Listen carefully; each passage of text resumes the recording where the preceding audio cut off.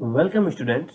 आज इस वीडियो में हम सिग्नल एंड सिस्टम के कुछ और important topics basically classification of signals के बारे में पढ़ेंगे। तो सिग्नल्स को हम 6 से 7 डिफरेंट टाइप से क्लासिफाई करते हैं। उनमें से दो इम्पॉर्टेंट टाइप यानी continuous and discrete time signal और पीरियोडिक एंड एपीरियोडिक सिग्नल के बारे में आज बात किया जाएगा।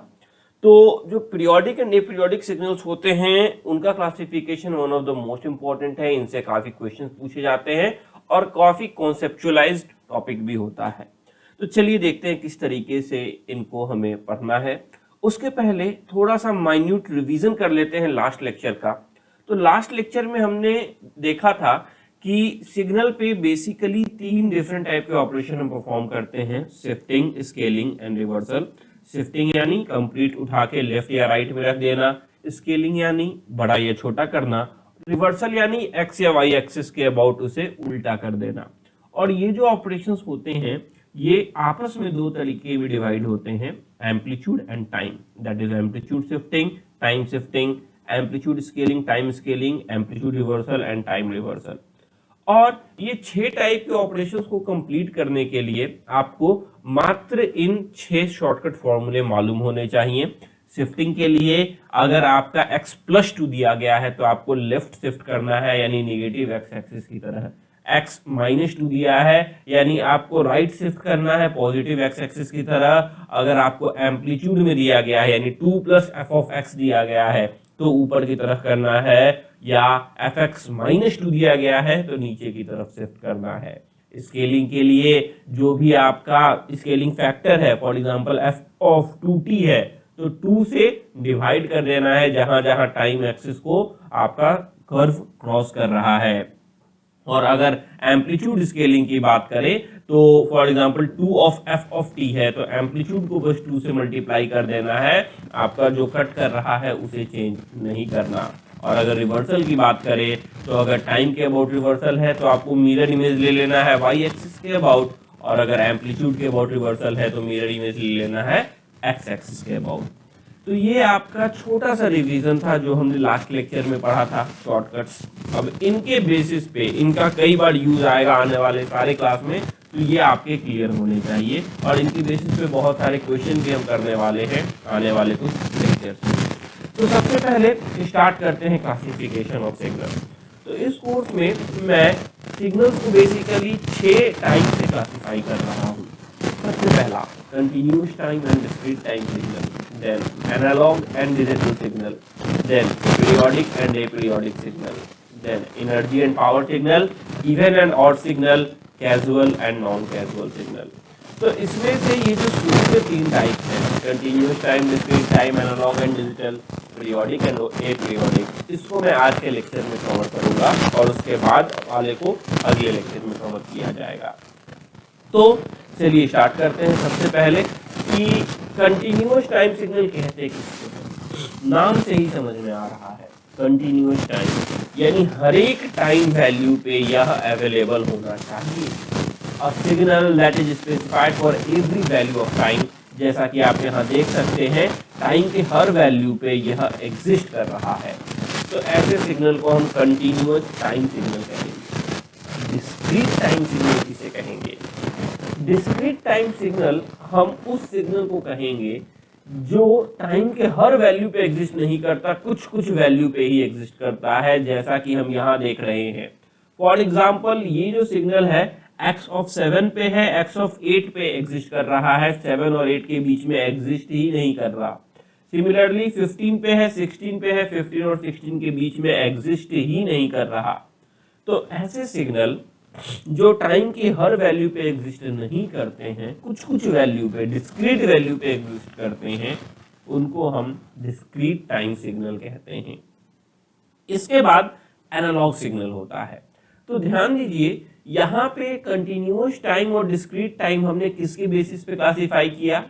उसका एग्जिस्टेंस टाइम एक्सिस के बेसिस पे, कि टाइम एक्सिस पे हर जगह एग्जिस्ट कर रहा है तो कंटिन्यूअस, और टाइम एक्सिस पे हर जगह एग्जिस्ट नहीं कर रहा तो डिस्क्रीट। यही चीज हम एम्पलीट्यूड के साथ भी तो कर सकते हैं। एम्पलीट्यूड पे हर जगह एग्जिस्ट कर रहा है यानी एम्पलीट्यूड की हर एक वैल्यू पे वो एग्जिस्ट कर रहा है, एक से ज्यादा। मतलब फॉर एग्जांपल आप बोल सकते हैं कि सर ये तो बस यहां से यहां तक एग्जिस्ट कर रहा, मगर 0 से लेके इस वैल्यू तक के बीच में जितनी भी वैल्यूज हो वो उन सारे वैल्यूज पे तो वो एग्जिस्ट कर रहा है। जैसा कि हम जानते हैं 0 से 1 के बीच में इनफाइनाइट नंबर आ सकते हैं। सिमिलरली वही कहने का यहाँ पे एम है कि जो भी दो वैल्यू के बीच में वो एग्जिस्ट कर रहा है उसके सारे रेंज पे वो एग्जिस्ट कर रहा है, तो उन्हें हम एनालॉग सिग्नल कहेंगे। और किसे कहेंगे हम डिजिटल सिग्नल? तो डिजिटल सिग्नल उसे कहेंगे जो एम्पलीट्यूड की एक कुछ फिक्स वैल्यूज ही ले सकता है।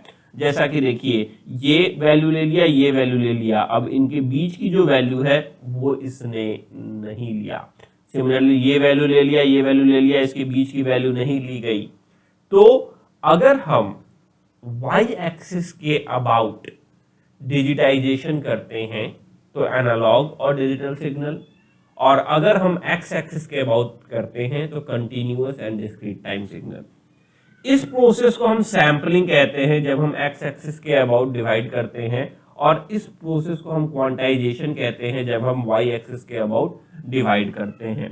तो सैंपलिंग और क्वांटाइजेशन आपके दो प्रोसेस होते हैं इन कंटिन्यूअस टाइम सिग्नल और एनालॉग टाइम सिग्नल को डिफरेंशिएट और डिमार्केट करने के लिए। अभी एक इंपॉर्टेंट पॉइंट मैंने कवर नहीं किया, क्या? यहां लिखा है a signal that is specified only at discrete points t is equal to nt। यहाँ t equal to nt का मतलब क्या है यह समझ लेते हैं। यहाँ बहुत सारे बच्चे गलती करते हैं और ये आपका एक इंटरव्यू का भी काफी इंपॉर्टेंट सवाल है। तो थोड़ा सा डिस्क्रीट टाइम सिग्नल के डेप्थ में चलते हैं। अगर मैं डिस्क्रीट टाइम सिग्नल की बात करूं तो वो किस तरीके से जनरेट होता है, सबसे पहला सवाल। सबसे पहले सवाल का जवाब यह है कि एक कंटिन्यूअस टाइम सिग्नल ले लिया मैंने r of t। r of t की प्रॉपर्टी क्या है?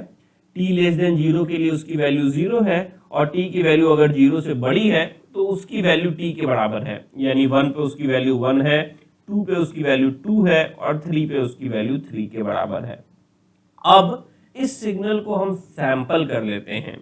सैंपल करने का मतलब क्या हुआ? कुछ कुछ पॉइंट्स पे इस सिग्नल की वैल्यू लेंगे और बाकी हर एक पॉइंट पे नहीं लेंगे। जैसा कि आप देखिए 0 पे इसकी वैल्यू ले ली 0, उसके बाद 1 पे इसकी वैल्यू ले लिया 1, 2 पे 2, 3 पे 3, 4 पे 3, 4। अब 3 और 4 के बीच में इसकी वैल्यू मैंने नहीं ली है, 2 और 3 के बीच में इसकी वैल्यू नहीं ली है, 8 और 9 के बीच में वैल्यू नहीं ली है, -4 और -5 के बीच में वैल्यू नहीं ली है। तो इसको मैंने क्या कर दिया? सैंपलिंग कर दिया। तो सैंपलिंग का मतलब क्या हुआ? कुछ पर्टिकुलर टाइम इंस्टेंट पे ही आप सिग्नल की वैल्यू कंसीडर कर रहे हो, हर एक टाइम इंस्टेंट पे कंसीडर नहीं कर रहे हो। तो ये हमारा जो रिजल्ट बना इसे हम कहते हैं डिस्क्रीट टाइम सिग्नल। अब इसे किस तरीके से मैथमेटिकली लिखा जा सकता है तो जरा देखिए। पहले था r of t, t stands for time, हर एक टाइम के लिए वो एग्जिस्ट कर रहा था। अब ये हो जाएगा आपका r of n of ts। r of n of ts का मतलब क्या हुआ? r of n of ts। यहां ts जो है वो आपका सैंपलिंग टाइम है। तो यहां हमारा सैंपलिंग टाइम 1 के बराबर था, 1 के बाद 2, 2 के बाद 3, 3 के बाद 4, 0 के बाद 1। तो इसीलिए इसको हम लिख सकते हैं r of 1 at ts equal to 1। इसको हम लिख सकते हैं r ऑफ n। तो इस तरीके से मैंने इसे डिफाइन कर दिया। अब मान लीजिए कि मैंने सैंपलिंग टाइम 1 नहीं रखना है, मैं सैंपलिंग टाइम 1.5 लेना चाहता हूं। तो पहला सिग्नल मान लो मैंने 0 पे सैंपल कर दिया, दूसरा मेरा 1.5 पे आ जाएगा 1.5 के बराबर, तीसरा मेरा 3 पे आ जाएगा 3 के बराबर, चौथा मेरा 4.5 पे आ जाएगा 4.5 के बराबर, and so on. Similarly back side भी जाएंगे तो -1.5 पे आएगा और -3 पे आएगा, क्योंकि हमने जो सैंपलिंग टाइम लिया है ts, इसको इस केस में हमने 1.5 लिया है। ts को इस केस में मैंने 1.5 लिया है और इस केस में ts को 1 लिया है। अब अगर मैं इसे मैथमेटिकली रिप्रेजेंट करूं तो क्या लिखूंगा? ये हो गया आपका 1 टाइम ts, 1 इंटू 1.5। ये हो गया आपका 2 टाइम ts, 2 इंटू 1.5। ये हो गया 3 टाइम ts, 3 इंटू 1.5। यानी इस सिग्नल को भी मैं लिख सकता हूं r of n ts। Where ts is equal to 1.5। तो एक इंपॉर्टेंट पॉइंट यहां पे ध्यान रखना है, ये जो n हम कंसीडर कर रहे हैं यहां पे ये जो n हम कंसीडर कर रहे हैं, इसकी वैल्यू हमेशा इंटीजर होती है। n is always an integer, n की value n must be N integer. एक डिस्क्रीट टाइम सिग्नल में हम सिर्फ इंटीग्रल वैल्यूज ही कंसीडर करते हैं। तो कई बार बच्चे पूछते हैं इसका मतलब सर क्या मैं बीच की वैल्यू नहीं ले सकता, 1.5, 2.5, 3.5? बिल्कुल ले सकते हो आप। लेने का मतलब यह है कि अगर आप बीच की वैल्यू लेने जा रहे हो तो आप उसकी सैंपलिंग टाइम ts को चेंज कर रहे हो, मगर वो मल्टीपल तो n का ही होगा, इंटीजर का ही होगा। इसीलिए बस एक सिंपल सा छोटा सा पॉइंट है डिस्क्रीट टाइम सिग्नल में ध्यान रखने के लिए, क्या कि अगर मैं डिस्क्रीट टाइम सिग्नल की किसी फंक्शन को f ऑफ n ts से डिटरमाइन कर रहा हूं, तो ये जो n होगा ये हमेशा इंटीजर होगा। ts इंटीजर हो भी सकता है, नहीं भी हो सकता है, वो सैंपलिंग टाइम है जिसके बेसिस पे आप ले रहे हैं। तो ये हो गया आपका डिस्क्रीट टाइम सिग्नल। अब इसके ऊपर कुछ ऑपरेशन करके देख लेते हैं जो हमने लास्ट लेक्चर में सीखे थे, शिफ्टिंग, स्केलिंग वगैरह, ताकि कॉन्सेप्ट और क्लियर हो जाए। तो मान लीजिए आपको एक डिस्क्रीट टाइम सिग्नल गिवन है f ऑफ n, जिसकी वैल्यू है 1, -1, 1.5, 2, 1 एंड -2। तो अब ध्यान दीजिएगा, जहां पे एरो लिखा जाता है, नीचे से एरो ऊपर की तरफ दिया जाता है, तो आपको हिंट दिया जा रहा है ये है 0। यहाँ पे n की वैल्यू 0 है, यहाँ पे 0 है तो यहाँ पे 1 होगा, यहाँ पे 2 होगा, यहाँ पे 3 होगा, यहाँ पे -1 होगा और यहाँ पे -2 होगा। यानी ये जो सिग्नल आप देख रहे हो, इस सिग्नल में कुल मिला के 6 एलिमेंट्स हैं, और वो f of -2, f of -1, f of 0, f of 1, f of 2 और f ऑफ 3 से आप रिप्रेजेंट कर सकते हो। तो अब मान लीजिए कोई आपसे पूछता है f ऑफ 2/3 क्या होगा। जरा सोचो, अगर कोई आपसे f ऑफ 2/3 पूछ रहा है, यानी पूछ रहा है n की वैल्यू 2/3 पे क्या होगी। अभी थोड़ी देर पहले मैंने बताया n की वैल्यू हमेशा इंटीजर होगी, n इंटीजर के अलावा कुछ हो ही नहीं सकता। तो आप कहोगे इट डज नॉट एग्जिस्ट, 0 नहीं कहोगे, आप कहोगे n की वैल्यू 2/3 पे f ऑफ 2/3 डिफाइंड ही नहीं है, इट डज नॉट एग्जिस्ट। इस बात का ध्यान रखिएगा। अगला मान लीजिए किसी ने आपसे पूछ लिया f ऑफ n-3 की वैल्यू जरा प्लॉट करके दिखाओ, या f ऑफ n-3 की वैल्यू बताओ मेरे को क्या क्या होगा। जरा सोचो, n-3 कर रहे हैं यानी बीच में माइनस लगाया, शिफ्टिंग ऑपरेशन हो रहा है, किस तरफ जाएंगे, लेफ्ट साइड या राइट साइड। माइनस लगाया है यानी राइट साइड जाएंगे, यानी जहां पे मेरा 0 है जो कि हम यहां पे देख रहे हैं, ये हमारा राइट साइड शिफ्ट होते चलेगा। अगर मैं इसे प्लॉट करके दिखाऊं तो ज्यादा आसानी से आपको समझ में आएगा।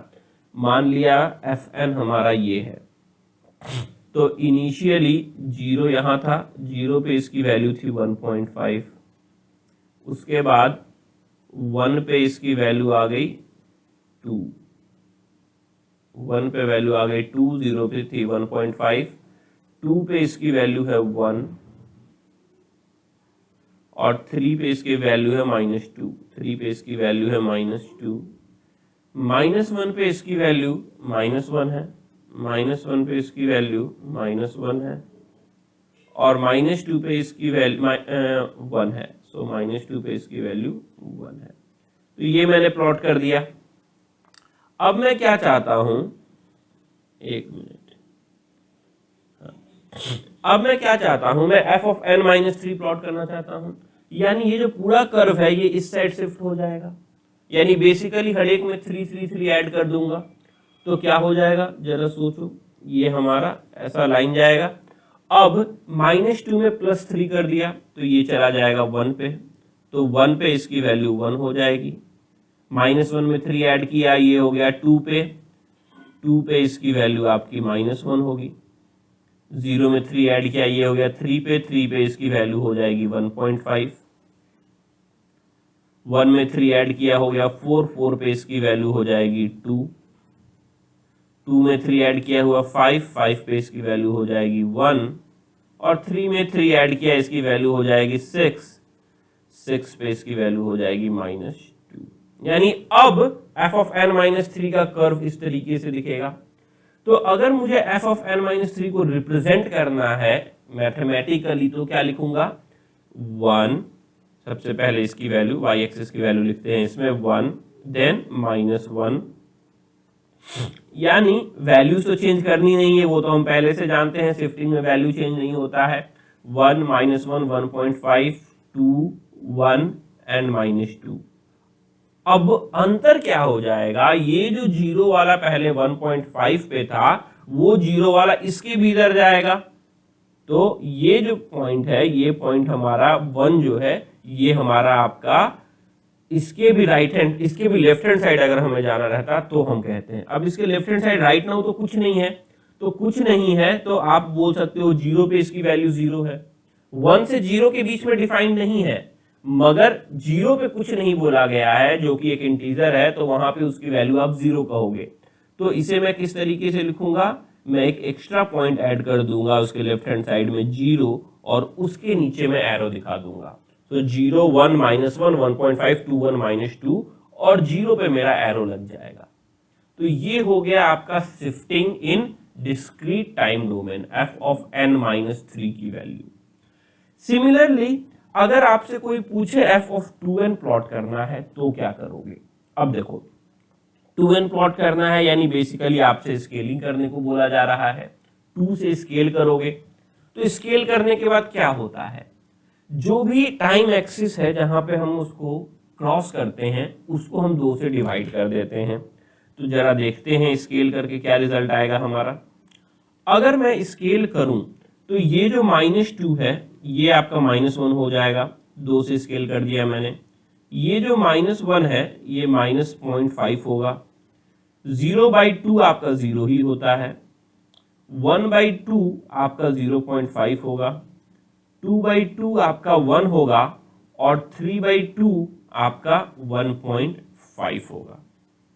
तो ये हो जाएगा, स्केल कर दिया मैंने 2 से, यानी बेसिकली जो एक्सिस थी उसको मैंने डिवाइड कर दिया है आपका कितने से, 2 से, क्योंकि स्केलिंग फैक्टर हमारा 2 है और जब भी स्केलिंग करते हैं हम तो जो स्केलिंग फैक्टर होता है उससे हम उसे डिवाइड कर देते हैं।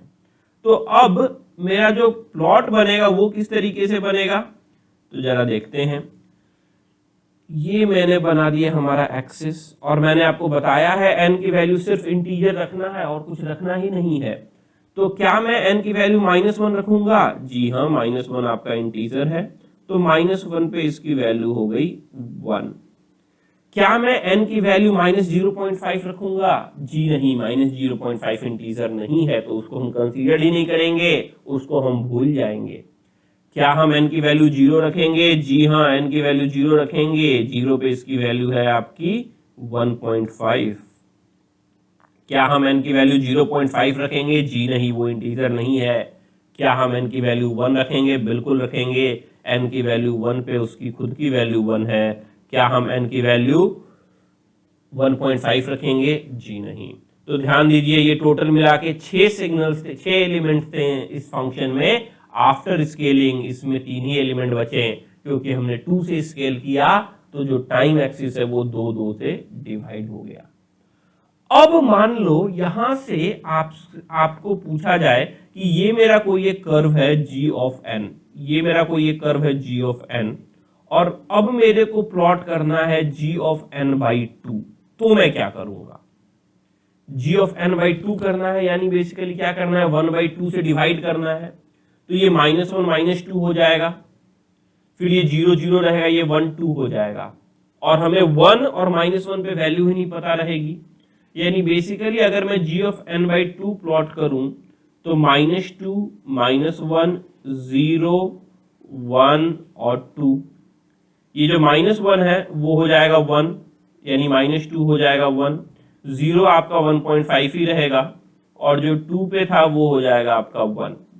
मुझे 0 और -1 और +1 पे वैल्यू पता नहीं है, तो अगर मुझे वैल्यू पता नहीं है और अगर वो इंटीजर है तो उसे हम कंसीडर करते हैं 0 के बराबर। तो ये दोनों हमारे रहेंगे 0। स्केलिंग इन डिस्क्रीट टाइम।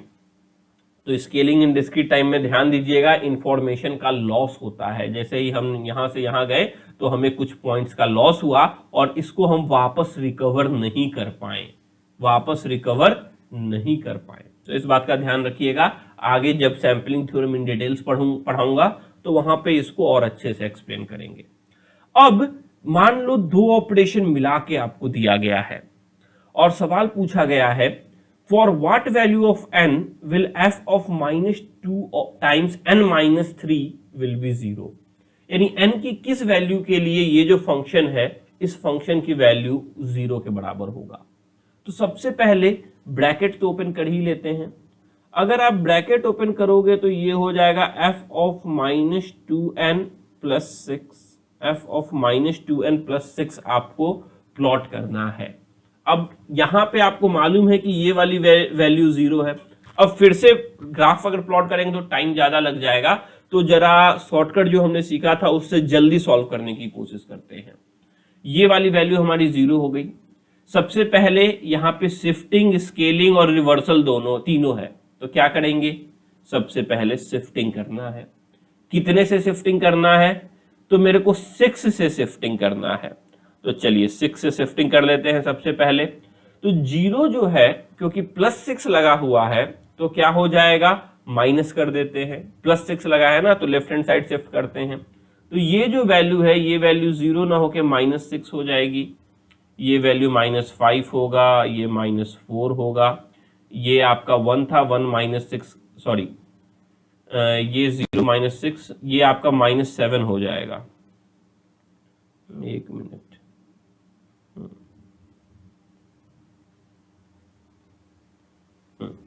-1 पोजीशन पे था ना, तो -1 -6 -7, ये -8, ये आपका -5, ये -4, ये -3, और आगे भी हम जाएंगे क्योंकि 0 तक जाना जरूरी है। तो -2 -1 और 0 पे इसकी वैल्यू 0 है, -1 पे 0 है, -2 पे 0 है, -3 पे कुछ है, -4 पे 1 है, -5 पे -2 है, -6 पे 1.5 है, -7 पे -1 है और -8 पे 1 है।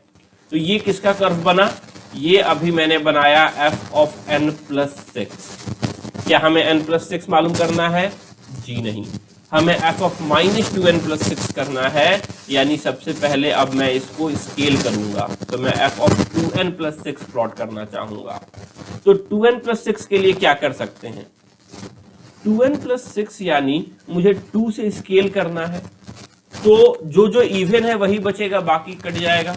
तो ये -8 जो है ये आपका -4 हो जाएगा, -6 आपका -3 हो जाएगा, -4 आपका -2 हो जाएगा, -2 -1 हो जाएगा और ये 0 का 0 रहेगा। यानी अगर मैं f ऑफ 2n + 6 को लिखूं तो ये किस तरीके का दिखेगा, 0 पे इसकी वैल्यू 0 है, उसके बाद -1 पे इसकी वैल्यू -1 पे इसकी वैल्यू -1 पे भी इसकी वैल्यू 0 है, वैल्यूज तो ये है ना हमारी, हाँ, -1 पे इसकी वैल्यू 0 है, उसके बाद -2 पे इसकी वैल्यू 1 है, फिर -3 पे इसकी वैल्यू 1.5 है और -4 पे इसकी वैल्यू 1 है। तो ये हमारा प्लॉट बन गया f ऑफ 2n + 6 का। क्या हमें f ऑफ 2n + 6 निकालना है, नहीं, हमें f ऑफ -2n + 6 निकालना है। कौन सा रिवर्सल है, टाइम रिवर्सल है या एम्पलीट्यूड रिवर्सल है। हम देख सकते हैं कि अगर मैं f ऑफ -2n + 6 लिख रहा हूं, यानी जो टाइम है जो कि यहाँ पे n है उसमें माइनस लगा रहे हैं, तो टाइम रिवर्सल है। टाइम रिवर्सल में क्या करते हैं, y एक्सिस के अबाउट इंटरचेंज कर देते हैं, मिरर इमेज ले लेते हैं, यानी ये जो सारा पार्ट है ये पॉजिटिव में आ जाएगा। तो हमारा f ऑफ -2n + 6 कैसा दिखेगा, f ऑफ -2n + 6 अगर मैं कहूं तो 0 यहां हो गया, उसके बाद एक और 0, फिर 1, फिर 1.5 और फिर 1। तो ये हमारा फाइनल रिजल्ट आ गया जो पूछा गया था, f of -2 of n - 3, that is f of -2n + 6 की वैल्यू। अब आपसे पूछा गया है for what value of n will this be 0। तो n की वैल्यू आपकी क्या हो सकती है, n < = 1, n की वैल्यू 1 से छोटी हो, n की वैल्यू इंटीजर है ये तो पक्का है, n की वैल्यू 1 से छोटी हो, या n greater than equal to 0 1 2 3 4 तक है, so n greater than equal to 5। n की वैल्यू 1 से छोटी हो या 5 से बड़ी हो, इस फंक्शन की वैल्यू आपकी 0 होगी। तो ये one of the toughest question है जो स्केलिंग, शिफ्टिंग, रिवर्सल और वो भी डिस्क्रीट टाइम में मिला के आपसे पूछा गया था एग्जाम में। तो इसको आपको इस तरीके से सॉल्व करना है। आप चाहे तो ग्राफिकली भी जा सकते हैं, चाहे तो डायरेक्टली मैथमेटिकली भी जा सकते हैं, बस थोड़े से प्रैक्टिस की जरूरत है। चलिए आगे चलते हैं। अगला इंपॉर्टेंट क्लासिफिकेशन होता है और काफी इंपॉर्टेंट होता है पीरियोडिक सिग्नल और एपीरियोडिक सिग्नल को जो हम क्लासिफाई करते हैं। तो एक सिग्नल को मैं पीरियोडिक बोलूंगा या एपीरियोडिक बोलूंगा, इसको आप दो तरीके से जस्टिफाई कर सकते हो, एक तो ग्राफिकली, दूसरा मैथमेटिकली। ग्राफिकली यानी देखकर उसका ग्राफ प्लॉट करके कैसे कर सकते हैं, तो उसके लिए सबसे पहले आपको दो चीज वेरीफाई करना है। Verify whether signal is existing from minus infinity two plus infinity, यानी सिग्नल एक पर्टिकुलर रेंज में एग्जिस्ट नहीं करना चाहिए, पूरा माइनस इंफिनिटी से प्लस इंफिनिटी एग्जिस्ट करना चाहिए और उसमें वो खुद को रिपीट करना चाहिए। तब आप बोलोगे कि वो सिग्नल जो है वो पीरियोडिक है। एक एग्जांपल से समझ लेते हैं। हम जानते हैं f of t equal to sine T का अगर मैं प्लॉट करूं तो 0 पे 0, पाई पे 0, 2 पाई पे 0 और ऐसे वो माइनस इंफिनिटी से प्लस इंफिनिटी तक एग्जिस्ट कर रहा है। अब एक टर्म आता है फंडामेंटल टाइम पीरियड FTP। तो इसका फंडामेंटल टाइम पीरियड क्या होगा? फंडामेंटल टाइम पीरियड वो वैल्यू होती है जिसके बाद सिग्नल खुद को रिपीट करता है। तो जैसा कि आप देख रहे हो, 0 से लेके 0 के बाद वो इंक्रीज होना स्टार्ट हुआ, फिर पाई पर भी उसकी वैल्यू 0 थी मगर वो इंक्रीज नहीं हुआ, डिक्रीज हो रहा है, इसीलिए यहां पे रिपीट नहीं किया। रिपीट कहां पे करेगा? 2 पाई के बाद, क्योंकि 2 पाई के बाद उसकी वैल्यू इंक्रीज होने लगी। तो मैं क्या कहूंगा, इस सिग्नल का फंडामेंटल टाइम पीरियड 2 पाई है, क्योंकि 2 पाई के बाद वो आपका रिपीट कर रहा है, इट इज रिपीटिंग इटसेल्फ, और वो माइनस इंफिनिटी से प्लस इंफिनिटी में एग्जिस्ट तो करता ही है। तो ग्राफिकली मैंने आपको यह प्रूफ कर दिया कि ft equal to sine T का जो फंडामेंटल टाइम पीरियड होगा, जिसको कई बार t0 से डिटरमाइन किया जाता है, ये आपका 2 पाई के बराबर है। अब बात करते हैं मैथमेटिकली। मैथमेटिकली कैसे लिख सकते हैं? मैथमेटिकली अगर एक फंक्शन f ऑफ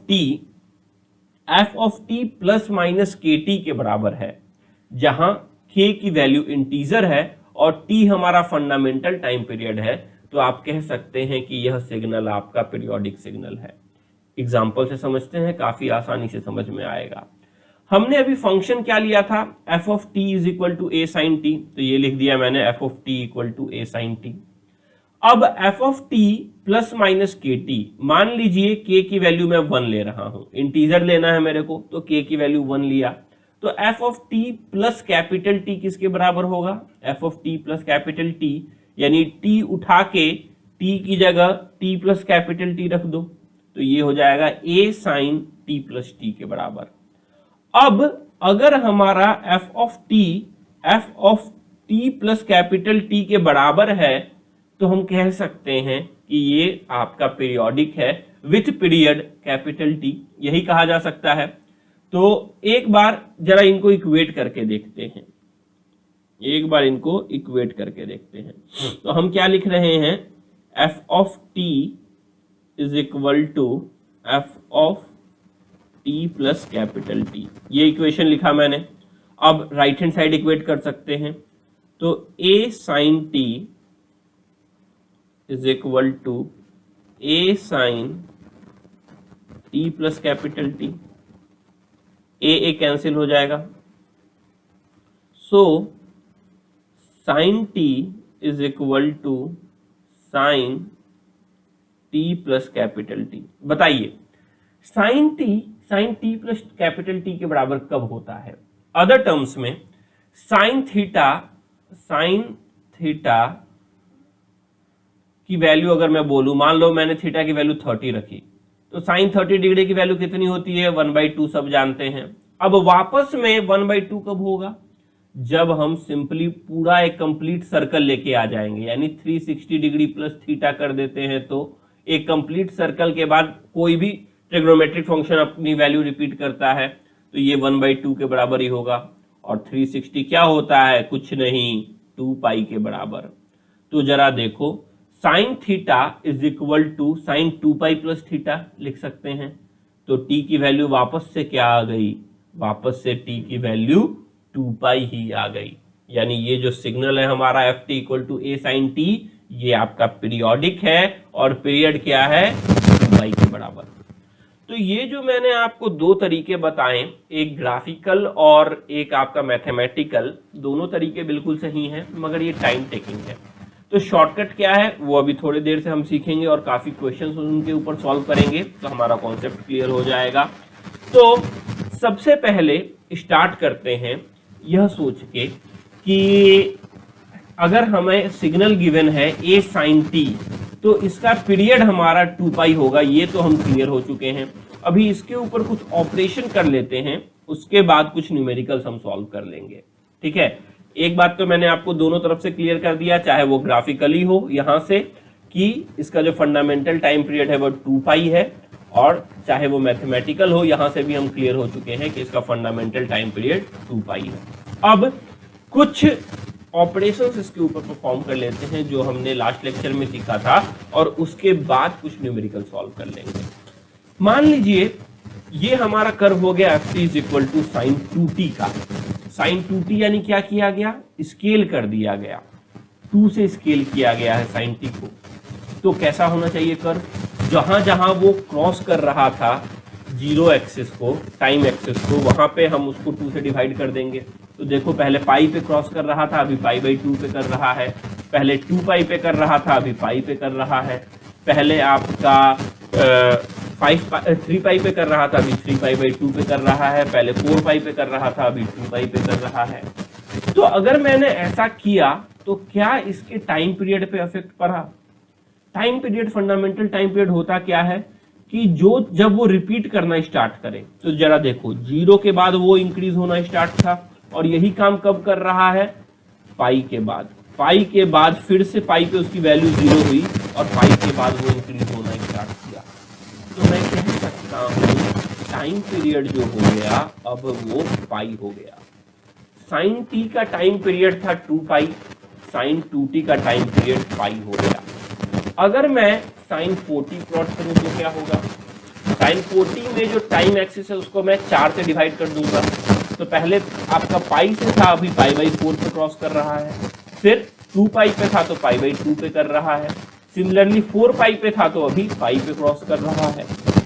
तो यहाँ पे टाइम पीरियड क्या है, जरा देखो, 0 पे 0 वैल्यू थी और इंक्रीज होना स्टार्ट किया, और वापस इंक्रीज होना पाई/2 पे कर दिया, वो पाई/2 पे इंक्रीज करना स्टार्ट कर दिया।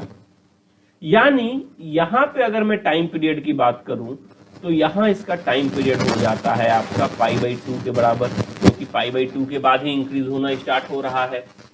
तो यहां से मैं क्या कंक्लूड कर सकता हूं, क्या मैं ये स्टेटमेंट लिख सकता हूं कि अगर हम एक सिग्नल को स्केल कर दें तो वो पीरियोडिक था पहले, तो बाद में भी पीरियोडिक ही रहेगा, मगर उसका जो फंडामेंटल टाइम पीरियड है वो स्केलिंग फैक्टर से डिवाइड हो जाता है। इनिशियली अभी मैंने आपको बताया और प्रूफ भी किया कि साइन टी का जो टाइम पीरियड होता है वो 2 पाई होता है। जैसे ही साइन 2t किया तो टाइम पीरियड पाई हो गया, और साइन 4t किया तो टाइम पीरियड 2 पाई/4 यानी पाई/2 के बराबर हो गया। तो ये बात बहुत इंपॉर्टेंट है, ध्यान रखिएगा कि अगर हम टाइम स्केलिंग कर रहे हैं तो सिग्नल तो पीरियोडिक ही रहेगा, मगर उसका fundamental time period scaling factor से डिवाइड हो जाता है। चलिए आगे चलते हैं। अब और कुछ ऑपरेशंस देख लेते हैं।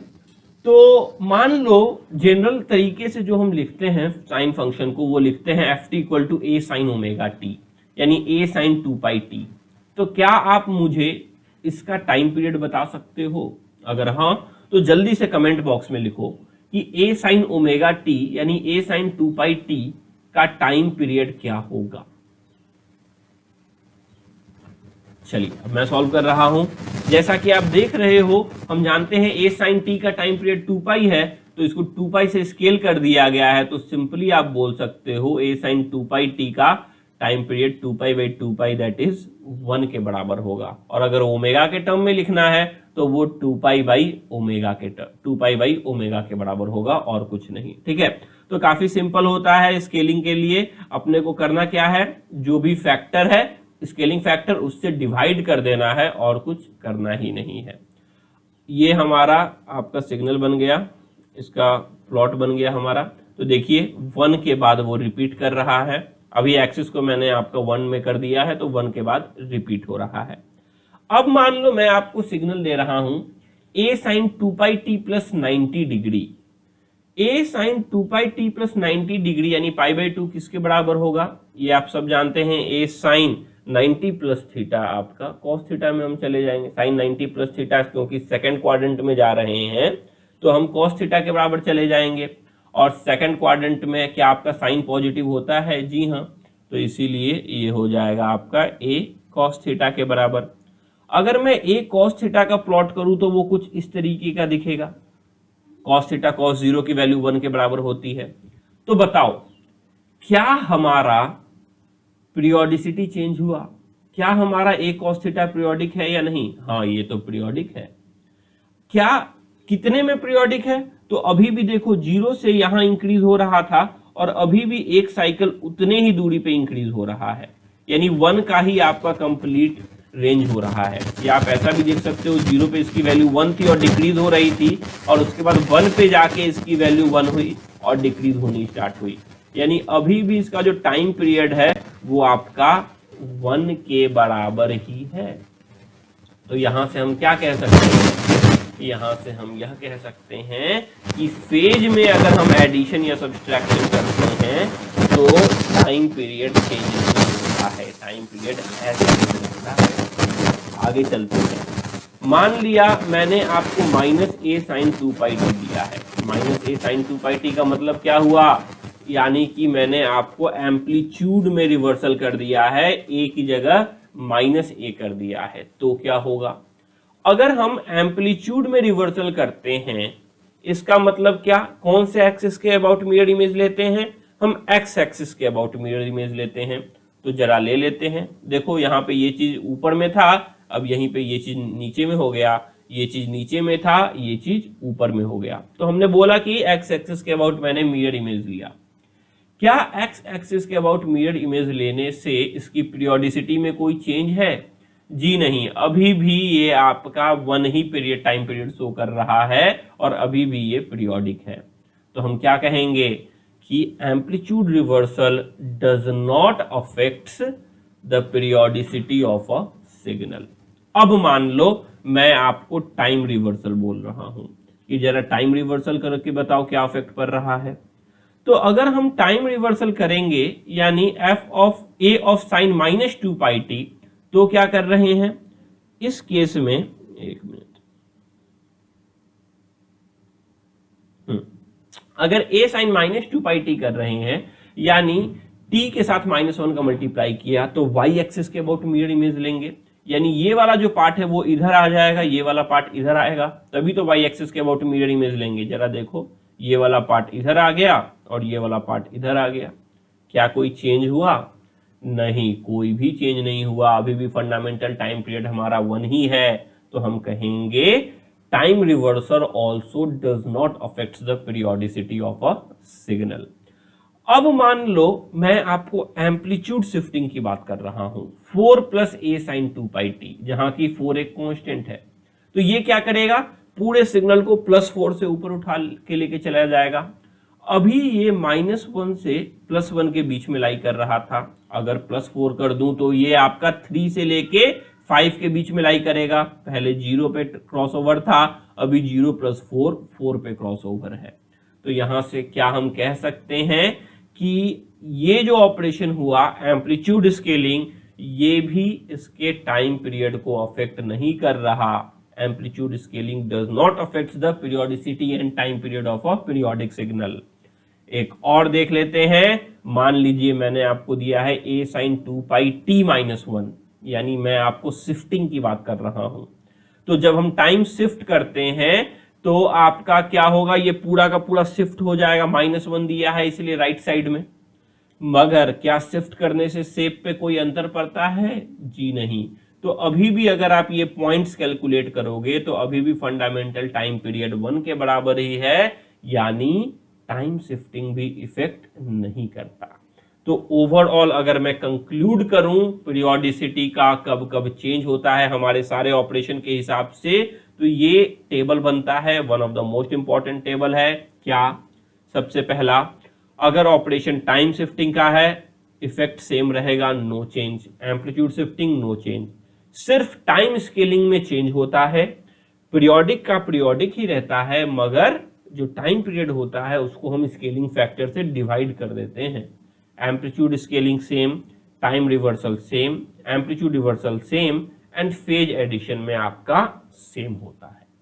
तो ये होते हैं आपके पीरियोडिक सिग्नल्स और पीरियोडिक सिग्नल्स के ऊपर में कुछ ऑपरेशन। अब अगला लेक्चर जो हमारा होगा उसमें मैं इन ऑपरेशंस के बेसिस पे एक छोटा सा टेस्ट क्लास के बिगिनिंग में ही लूंगा आपसे, तो वो आपको रिवाइज करके आना है और उसको सॉल्व करना है। और इसके बाद कुछ शॉर्टकट सीखेंगे कि किस तरीके से जल्दी से किसी भी सिग्नल का हम पीरियोडिसिटी कि वो पीरियोडिक है या नहीं है ये पता कर सकते हैं, और अगर पीरियोडिक है तो उसका टाइम पीरियड क्या होगा ये पता कर सकते हैं। ये हम नेक्स्ट लेक्चर में देखेंगे। चलिए तब तक के लिए गुड डे, मिलते हैं आपसे नेक्स्ट लेक्चर में।